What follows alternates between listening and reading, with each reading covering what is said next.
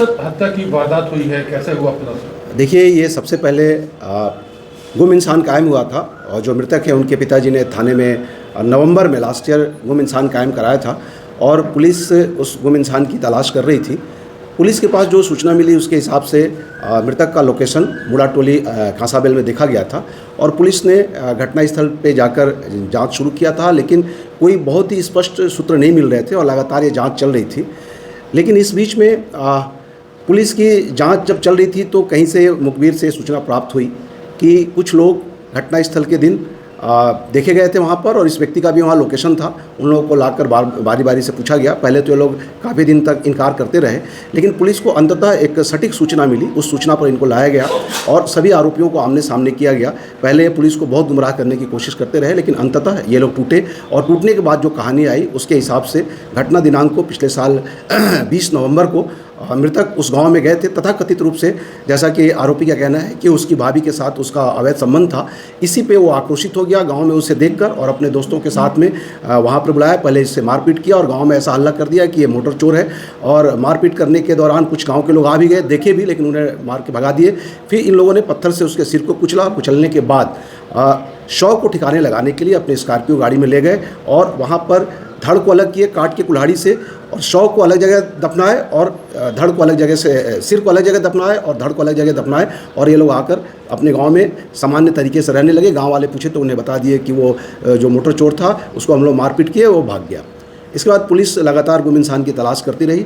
अंततः जब पुलिस को सूचना मिली, इनको ला के पूछा गया मनोवैज्ञानिक तरीके से जब ये टूटे, तो इनका यही कहना था कि जब इनको ये पता चला कि पुलिस लगातार सक्रिय है तो ये लोग गए घटनास्थल पर। वहाँ से धड़ को एक दिन निकाला और निकाल के वहाँ पर उसको जलाया। जलाने के बाद जो है उससे नदी में बहा दिया। फिर एक दिन जाकर सिर को निकाला, सिर को निकाल के ड्रम में रख के आग लग के जलाया और उसको चूरा चूरा किया। चूरा चूरा करते समय इसके पिताजी ने देख लिया। फिर पिताजी को इसने सारी बातें बताई। फिर ये लोग जाकर पहाड़ के ऊपर, जो बेला पहाड़ है उसके ऊपर खंडहर में उस हड्डी के चूरे को डाल दिए। पुलिस काफ़ी मशक्क़त करके बहुत मुश्किल से उन हड्डियों को निकाली और हमारे वैज्ञानिक अधिकारी आए हुए हैं। उसके द्वारा हम DNA टेस्ट करा रहे हैं और साथ ही आरोपियों ने अपने अपराध को कबूल कर लिया है। वहाँ के जो चश्मदीद साक्षी थे, जिस दिन मारपीट हुई थी, उन लोगों ने भी इस बात की पुष्टि की है कि घटनास्थल पर ये लोग थे।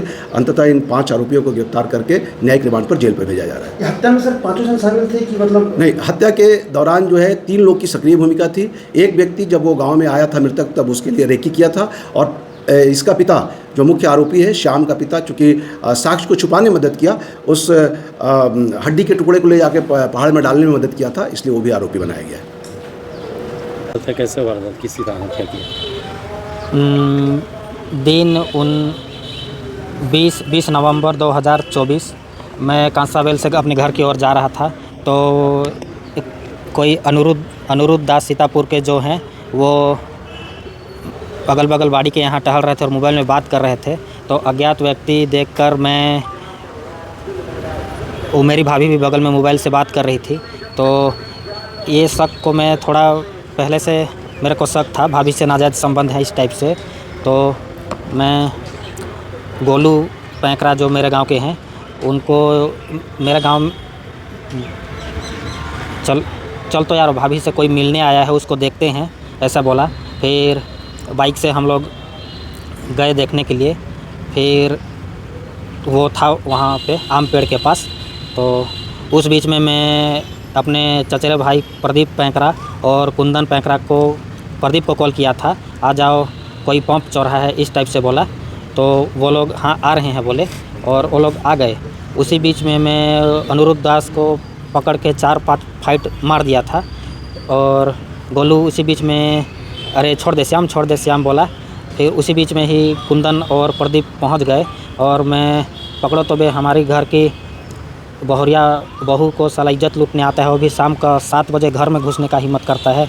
मैं थोड़ा गुस्सा आक्रोश में था और वो दोनों, मैं क्या करूँगा इसको नहीं समझ पाए, दोनों हाथ को पकड़ दिए और मैं बगल में ही साइज पत्थर रखा हुआ था, वो दोनों पकड़ लिए। तो मैं उठा के सिर में मार दिया जिससे वो ज़मीन पे गिर पड़े।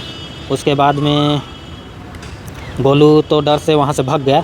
उसके बाद में मेरे भाई लगा रहे यार तेरे को नहीं करना चाहिए था, इसका हाथ पैर तोड़ के छोड़ते, अब कितना बड़ा कांड में फंस जाएंगे, इस टाइप से बोले। तो छोड़ो बोला। फिर इस बीच में गांव से और लोग भी आ गए। इसी फिर पहुँचते के साथ देखते के साथ वो लोग भाग गए वहाँ से। फिर मैं तुम लोग यहीं रुको बोला, अपने घर गया, फिर एक कुल्हाड़ी लेके आया रात में ही, फिर उसका गर्दन को काट दिया, सिर को अलग और धड़ को अलग कर दिया। फिर एक त्रिपाल ले आया और रस्सी, और अपने स्कॉर्पियो वाहन को फिर उसमें लोड किए। उसके बाद में हम लोग, जिसमें सीसीटीवी कैमरा ना हो, अम्बा,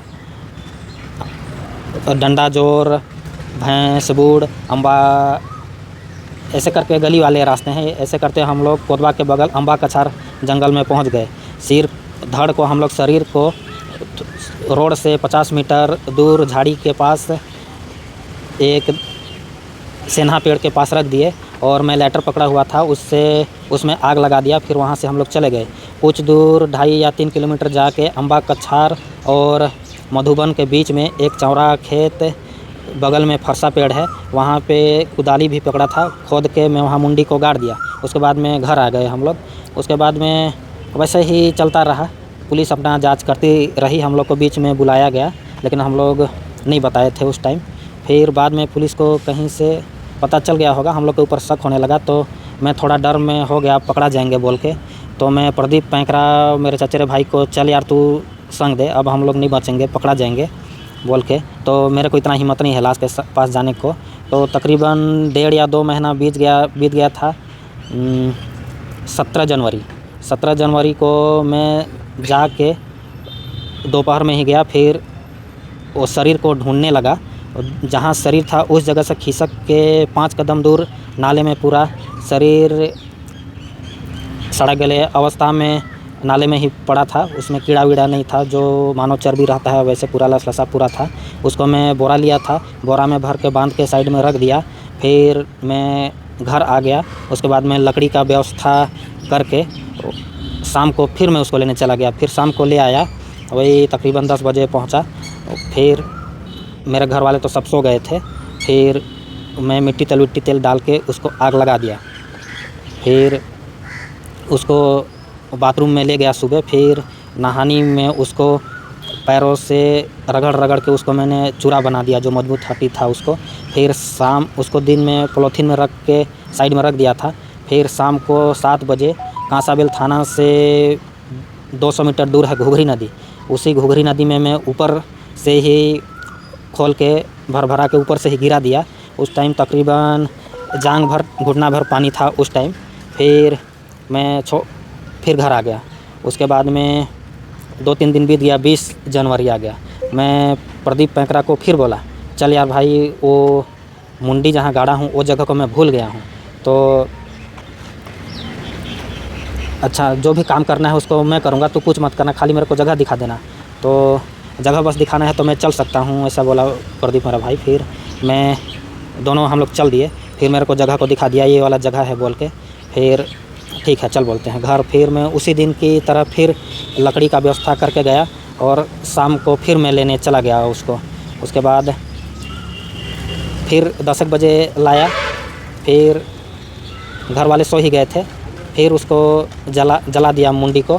फिर उसको चूरा बना के मैं ये बेला घाट तरफ एक जंगल है, उसमें चूरा को डाल दिया था।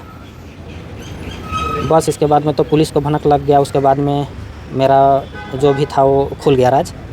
ये योजना को अपने सोचे थे कि तत्काल सोच के बनाए थे, पहले से योजना बनाया था? ये योजना पहले से नहीं बना था। जैसे जैसे पुलिस का कार्रवाई ही होते गया, मेरा मन विचलित